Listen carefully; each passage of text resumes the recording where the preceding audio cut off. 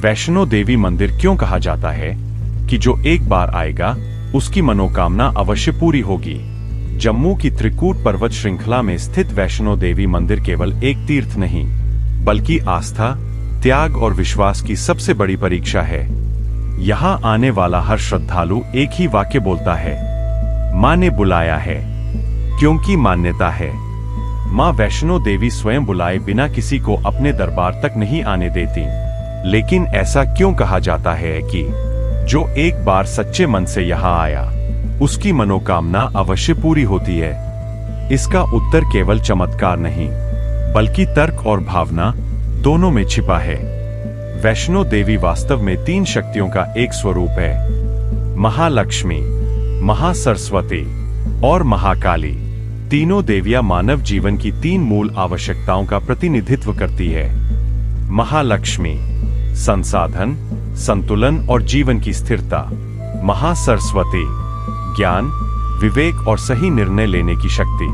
और महाकाली अहंकार, डर और नकारात्मकता का विनाश। यात्रा की शुरुआत आसान होती है, लेकिन जैसे जैसे भक्त ऊपर चढ़ता है, थकान, दर्द और मन की कमजोरी सामने आती है। यही वह क्षण होता है जहां इंसान पहली बार अपने अहंकार को छोड़कर सच्चे मन से प्रार्थना करता है। यह यात्रा शरीर की नहीं, मन की यात्रा बन जाती है। गुफा के भीतर कोई मूर्ति नहीं, केवल तीन पिंडियां है।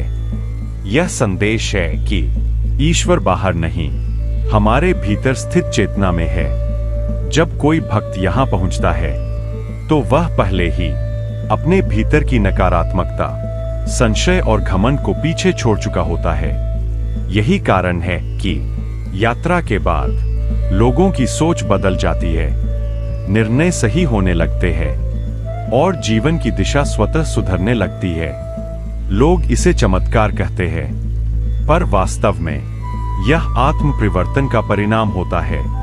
इसीलिए कहा जाता है, जो एक बार मां वैष्णो देवी के दरबार में सच्चे भाव से आया उसकी मनोकामना नहीं, उसका जीवन पूरा होता है। क्योंकि मां मांग पूरी नहीं करती, मां इंसान को उसके योग्य बना देती है। यदि जानकारी अच्छी लगी तो चैनल को सब्सक्राइब जरूर करें। जय माता दी।